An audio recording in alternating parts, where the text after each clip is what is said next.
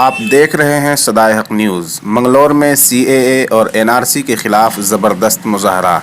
एक मंच पर तंजीम अइम्मा मसाजिद मंगलौर समेत कई तंजीमों और मुख्तलिफ मज़ाहिब के लोग एक साथ नजर आए।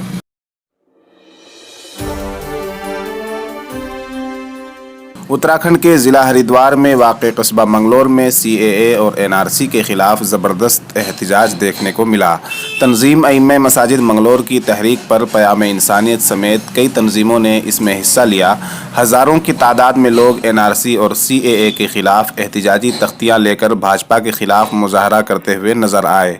इस मौके पर जामिया अरबिया मदरसतुल मोमिनीन, जामिया सबीलुस्सलाम, मदरसा ज़ैनबिया, मदरसा तालीमुल इस्लाम, मदरसा दारुल हुदा और मदरसा उस्मानिया समेत मंगलौर की असरी तालीम गाहों के जिम्मेदारान भी शरीक हुए।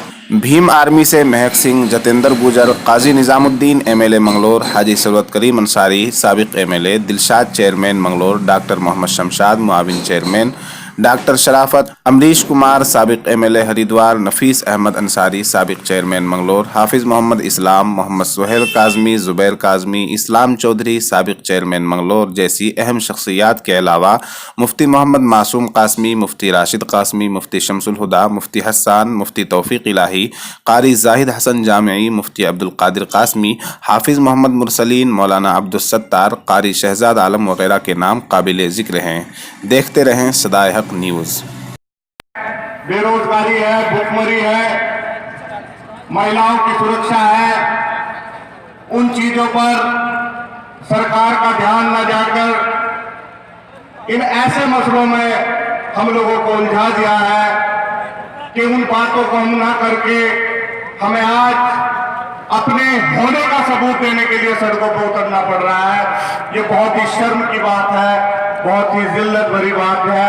मैं आप लोगों से कहना चाहता हूं कि समय कम है, लेकिन हमें यह सोचने की जरूरत है कि ये सीएए क्या है और ये एनआरसी क्या है। बड़ी तफसील से मेरे से पहले वक्ताओं ने बता दिया, लेकिन मैं सिर्फ एक बात मैं आपको बता देना चाहता हूं कि एक हमारे जब हम बचपन में कभी अपने बड़े बुजुर्गों से सुना करते थे, क्योंकि आजकल की तो किताबों से पुरानी वो कथाएं भी समाप्त कर दी गई है। एक कहावत हुआ करती थी कि बंदर के हाथ में उस तरह आ जाना। यह आज हमारे देश में ये जो सरकार चल रही है, ये उसी बंदर के हाथ में उस तरह आ चुका है। हमें ये समझने की जरूरत है, ये हमें समझने की जरूरत है कि जिस बंदर के हाथ में उस तरह है, उसे ये भी नहीं पता कि उल्टा किधर से है, उसे ये भी नहीं पता कि एनपीआर क्या है, एनसीआर क्या है। एनपीआर नेशनल पॉपुलेशन रजिस्टर, ये लच्छेदार बातों को, नए नए शब्दों को जड़ने का काम करते हैं। जनगणना का काम जब से 12,000 हुआ लगातार होता रहा है, उसको इन्होंने नया नाम दे दिया एनपीआर। इन्होंने लेकर आए थे एनसीआर, एनआरसी लेकर आए थे, सॉरी। और एनआरसी का क्या कारण हुआ जब इन्होंने ये क्या करते हैं, जो बंदर वाली कहावत इन पर क्यों हो रही है, वो इसलिए हो रही है साथियों, ये लोग करने के बाद सोचते हैं, किसी भी काम को करने से पहले सोचना चाहिए। इन लोगों ने क्या किया, इन लोगों ने बड़े ही जोर शोर से अपने वोट बैंक को मजबूत करने के लिए, भले ही इस देश की किसी प्रकार की कोई भी हानि हो, यहाँ के भाईचारे को चाहिए नष्ट कर दे, इन्होंने उसको ताक पर रखते हुए इन्होंने एनआरसी को लाने का काम किया। फिर इन एनआरसी को लगाने के बाद इन्हें पता लगा कि ये एनआरसी तो इस तरीके से लागू नहीं हो सकता, उसे सपोर्ट देने के लिए फिर ये सीएए लाए। अब ये सीएए लाए हैं तो मैं कहना चाहता हूं साथियों, हमारे देश में आज 18 से लेकर 24 साल तक के 40 करोड़ युवा हैं। 40 करोड़ 18 से 24 साल का युवा है इस देश में। उस युवा को रोजगार चाहिए, उस युवा को शिक्षा चाहिए, उस युवा को भूखमरी से हमें बचाने की सोचना चाहिए। ये उन 40 करोड़ की बात न सोचकर मेरे 2-3 करोड़ ये कह रहे हैं कि पाकिस्तान, बांग्लादेश और अफगानिस्तान से आए हुए हिंदुओं को, अल्पसंख्यकों को यहाँ पर बसाने का काम करेंगे। अरे तुम तो अपने देश के यहाँ के निवासियों को रोटी नहीं दे पा रहे हो, उन्हें सुरक्षा नहीं दे पा रहे हो, तुम उन्हें यहाँ बसाने का काम करोगे। मैं आपसे कह देना चाहता हूँ साथियों, मैं बड़ा भावुक हूँ। मैं देख रहा हूँ ये चारों तरफ जो तिरंगा यहाँ पर सड़कों पर दिखाई दे रहा है, मैदान बना हुआ है। अरे ये मैं मोदी जी आपका शुक्रिया भी अदा करता हूँ कि आपने मेरे देश के नौजवान को खड़ा कर दिया। आज वो फिर सड़कों पर तिरंगा लेकर और वो अपने नारे में इख्तिलाफ लेकर सड़कों पर निकल चुका है। मैं आपको बता देना चाहता हूँ मोदी जी,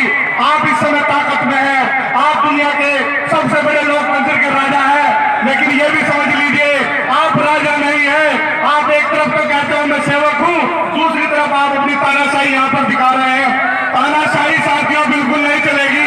और हमें आज ये नारा देना है, हम किसी कागज से अपने आप को हिंदुस्तानी सिद्ध नहीं करेंगे। अरे ये जो मेरे हाथ में तिरंगा है, ये खुद बता रहा है कि मैं हिंदुस्तानी हूं, मेरा दिल हिंदुस्तानी है। मैं इसे किसी मजहब से और उससे जोड़ना नहीं चाहता हूं। ये हिंदुओं के भी साथ नहीं है। मैं अपने हिंदू भाइयों को भी ये बात बता देना चाहता हूं।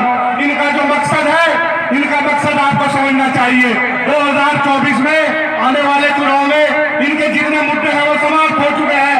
ये सिर्फ अब ये चाहते हैं, ये अब इनकी जो मकसद है वो ये चाहते हैं कि जैसे हम मेरे से पूर्व वक्ता ने बताया कि डिटेंशन कैंप बनाएंगे। अरे डिटेंशन कैंप अगर आप बनाओगे, 10-20 करोड़ लोग उसमें रख लोगे, उन लोगों को कहां पर भेजोगे? इसका आपके पास इसका कोई सोल्यूशन नहीं है। और इनका सिर्फ और सिर्फ एक मकसद है कि ये किसी तरीके से 2024 के चुनाव से पहले 20-30 करोड़ लोगों को डिटेंशन कैंप में भेजकर उन लोगों को वोट देने के अधिकार से वंचित करेंगे और 2024 का चुनाव जीतने का काम करेंगे। मेरे जज्बात तो बहुत है।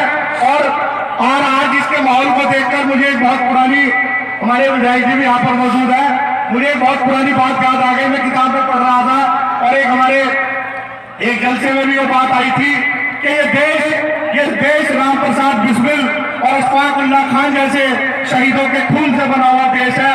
और साथियों, एक बार का वाकया मैं आपको बताकर यहाँ से आपसे इजाजत लेना चाहूंगा जाने की, कि एक बार जब जेल में राम प्रसाद बिस्मिल और अशफाक उल्लाह खान साहब बैठे थे साथियों, तो वो दोनों आपस में बात कर रहे थे। तो राम प्रसाद बिस्मिल ने कहा कि अशफाक भाई कि मैं हिंदू हूं और मैं पुनर्जन्म में विश्वास रखता हूं और मैं अपने भगवान से, अपने ईश्वर से ये दुआ करता हूं कि मुझे बार बार इसी धरती पर, हिंदुस्तान पर जन्म तक दे जब तक मैं इस अपने देश को आजाद न करा दूं। साथियों, अशफाक भाई ने कहा कि मैं मुसलमान हूं, मैं पुनर्जन्म में विश्वास नहीं रखता, लेकिन अगर मुझे ऊपर वाले ने जन्नत नसीब करी तो मैं ऊपर वाले से, अपने खुदा से जाकर कहूंगा कि इस जन्नत के बदौलत, इस जन्नत के बदले मुझे एक बार फिर इस मुल्क में पैदा करो और मैं अपने देश को आजाद करवा के आऊंगा। हमें उसी जज्बे के साथ साथियों, हमें उसी जज्बे को बना के रखना है, बिल्कुल शांतिपूर्वक तरीके से। इनकी आवाज, ये जो हमारी आवाज को दबाने का काम कर रहे हैं, हमें आवाज को दबना नहीं है। और ये भी बात आप मान के चलिए, इस देश का युवा वो ना हिंदू है ना मुसलमान है, वो इस लड़ाई में आपके साथ कंधे से कंधा मिलाकर चलेगा। जय हिंद साथियों, हिंदुस्तान हिंदुस्तान साथियों। हम सभी साथियों को अपना सलाम पेश करते हुए मैं भी बात रखना चाहता हूं कि जैसे ही ये सीएबी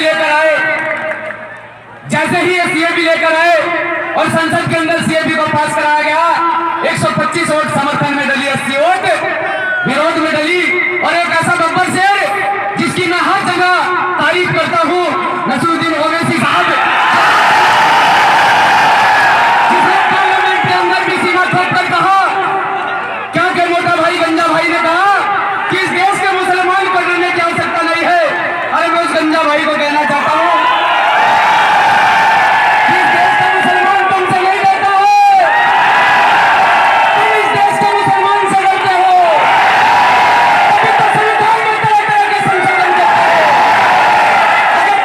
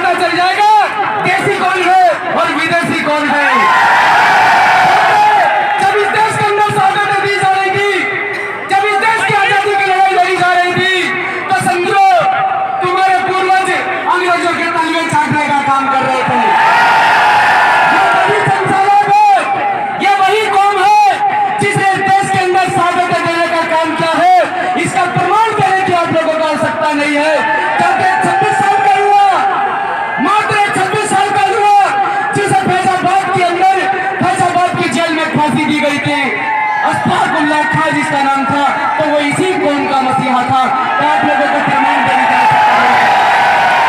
जिस व्यक्ति को इस देश के अंदर मिसाइल मैन के नाम से जाना जाता हो, मेरे आदर्श मैं उनका वंशज हूँ, एपीजे अब्दुल कलाम साहब। प्रमाण तो हम तुमसे मांगेंगे, इस देश का होने का प्रमाण हम तुमसे मांगेंगे, जो तुम इस देश के अंदर हिंदू मुस्लिम करा के हमारे भाईचारे को खराब करना चाहते हो।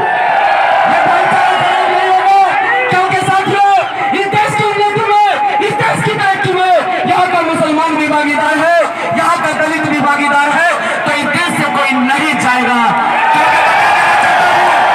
कि जिस देश से तुम मुसलमानों को निकालने की बात कर रहे हो, इस देश में तुम मुसलमानों और दलितों को टारगेट करने की बात कर रहे हो, समझियो इसी भीम आर्मी के मंच के माध्यम से तो मैं तुम्हारी औकात हरिद्वार के अंदर याद दिलाने का काम किया है।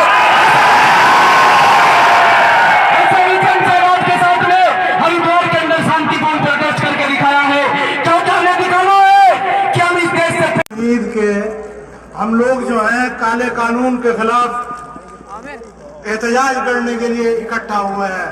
हमें संविधान को बचाना है। संविधान बचेगा तो ही देश बचेगा, अगर संविधान नहीं बचेगा तो देश नहीं बचेगा। ये मसला सिर्फ मुसलमानों का नहीं है, ये मसला दलितों का भी है, सिखों का भी है, ईसाइयों का भी है। ये मसला सारे देश की आवाम का है। देश की आवाम इस काले कानून पर अपनी जबान बंद कर लेगी तो आने वाली नस्लें हमको माफ नहीं करेंगी। हमें इस लड़ाई को जारी रखना है। जिस तरह यहाँ इकट्ठा हुए हैं, आगे भी जब तक ये कानून वापस नहीं होगा हम इस लड़ाई को जारी रखेंगे इंशाअल्लाह। इसी बात